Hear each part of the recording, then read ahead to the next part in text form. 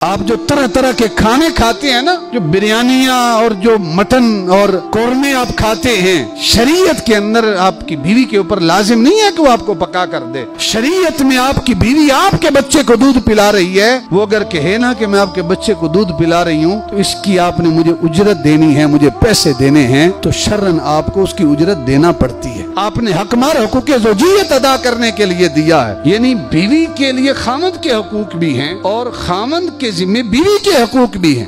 तो वो शख्स आया अपनी बीवी की शिकायत करने के लिए कि मैं जनाब अमीरुल मोमिनीन उमर फारूक रज़ियल्लाहु तआला अन्हु की बारगाह में शिकायत करता हूँ। तो वो आया और आकर दरवाजे पे दस्तक दी, लेकिन अंदर से जनाब अमीरुल मोमिनीन उमर फारूक रज़ियल्लाहु तआला अन्हु बाहर नहीं निकले। थोड़ी देर खामोश खड़ा रहा। थोड़ी देर के बाद अंदर से आवाजें आना शुरू हुई और आवाजें ऐसी थीं कि जिसमें अमीरुल मोमिनीन जनाब उमर फारूक रज़ियल्लाहु तआला अन्हु के साथ उनकी जो बीवी है वो कलाम कर रही है। लहजे के अंदर सख्ती है, बीवी के लहजे में थोड़ी सख्ती है और जनाब अमीरुल मोमिनीन उमर फारूक रज़ियल्लाहु तआला अन्हु खामोशी से सुन रहे। थोड़ी देर गुजरी, उस शख्स ने कहा कि मैं तो अपने घर की शिकायत अमीरुल मोमिनीन की बारगाह में लेके आया था और यहाँ भी मामला वही है, तो मैं क्या शिकायत करूं अमीरुल मोमिनीन की बारगाह में। तो वो वापस मुड़ा थोड़ी देर के लिए। जनाब उमर फारूक रज़ियल्लाहु तआला अन्हु बाहर निकले तो आपने उस शख्स को आवाज दी, वो वापस मुड़ा।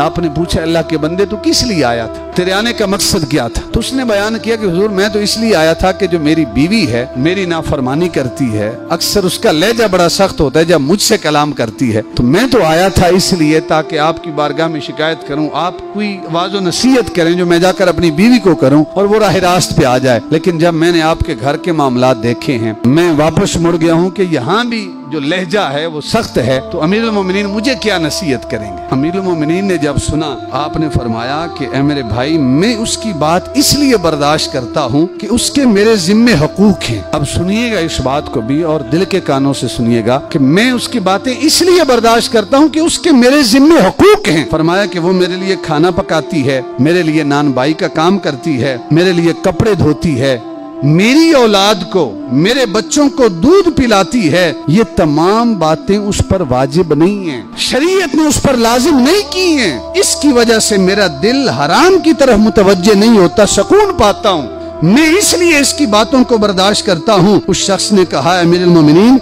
मेरी बीवी का भी यही हाल है। अमीरुल मोमिनीन रज़ियल्लाहु तआला अन्हु आपने फरमाया मेरे भाई तू भी इसकी बातें बर्दाश्त किया कर, थोड़ी सी मुद्दत है, हो सकता है बर्दाश्त करने से अल्लाह रब्बुल इज्जत इसका सिला हमें बरोज़े क़यामत अता फरमाए।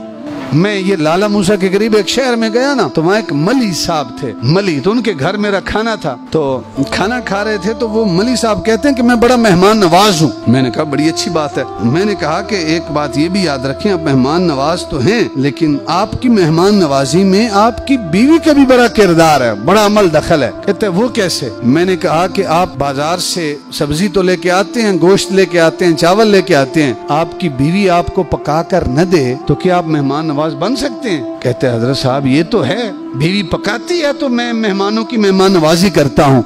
मैंने कहा कि ये उसकी मेहरबानी है जो आपको पका के देती है, उस वजह से आप मेहमान नवाज मशहूर हैं, लिहाजा कुछ मेहरबानी और कुछ जो है उसका भी जो है शुक्रिया अदा किया करें।